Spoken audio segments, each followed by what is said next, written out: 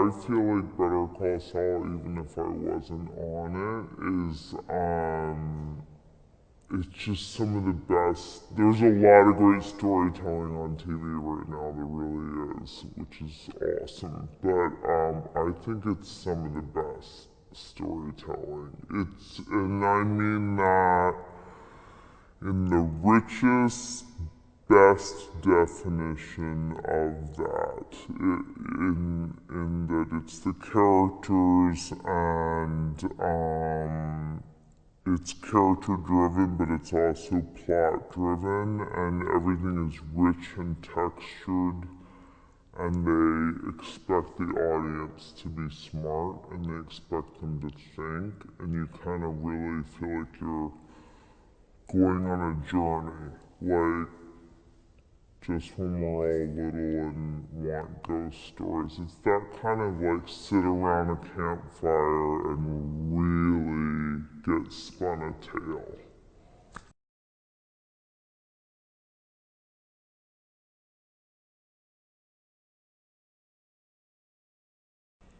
That's hard to say. We all hang out. We really do. I love them all. Jonathan Banks and I never get to have scenes together, but he's my favorite person to sit around just cracking jokes with on set.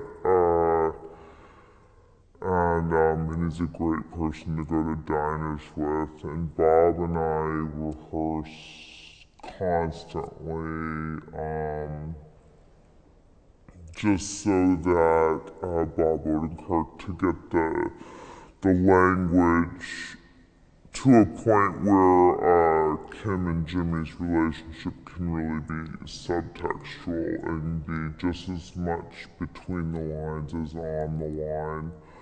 And I just adore Bob. He's such a great friend and such a great actor.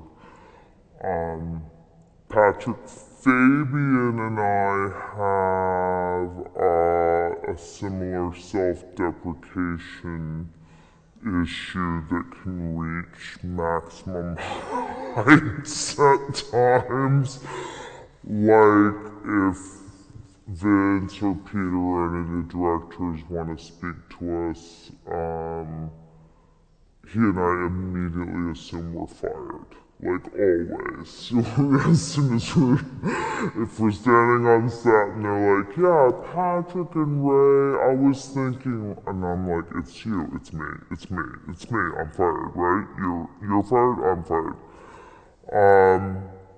And then Michael Mando is this spiritual, super sweet, nothing like his character, guy who's just entertaining and loving and wonderful to be around.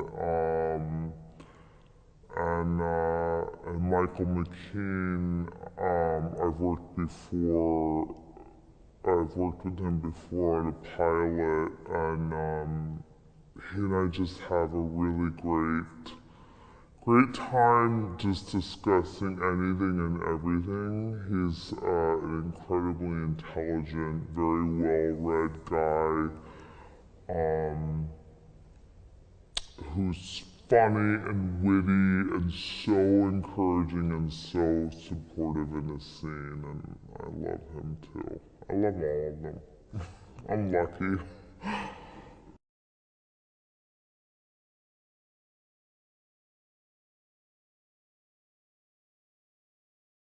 We have we're in Albuquerque shooting the whole time for 4 to 5 months, and the fans there, the people in Albuquerque are amazing. The locals are so receptive, and as opposed to, sometimes if you're shooting in LA, people are just mad that you're blocking traffic and everything.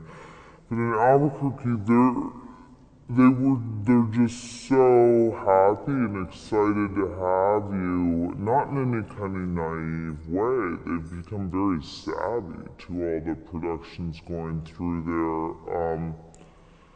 but they have a soft place in their heart for Breaking Bad, and Jonathan Banks' character, Mike Ehrmantraut, as well as Bob Odenkirk's Saul character, are just beloved. So they're kind of like the mayors of the town when they go anywhere. And now they've come to love Better Call Saul, which has been fun.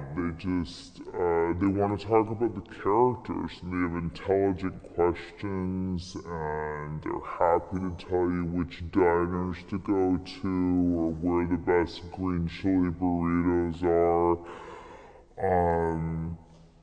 And that's all great. The only thing that makes us disappointed is we're shooting on so many locations, so we're out in the open, and yet trying to keep it from the spoilers from getting out. So you cannot take photographs with any of us in costume, and they don't get it. Like, Bob's just in a suit. What's it matter? Why can't I have a photo? But it's because people don't know what timeline we're doing. If they saw him look like Gene in Cinnabon versus a photograph of him looking dressed more like Saul, it tells you where the story is. So it's incredibly secretive, and that's a bummer when you have to tell fans that you can't do that. But it is fun, like, walking around. There's apparently a Better Call Saul tour bus, and like, I'll walk down the street and thinking, like, do they know that Kim Wexler and Mike Ehrmantraut are standing right here as, like, the bus goes by to, like, the nail salon? But it's fun. We really love working there.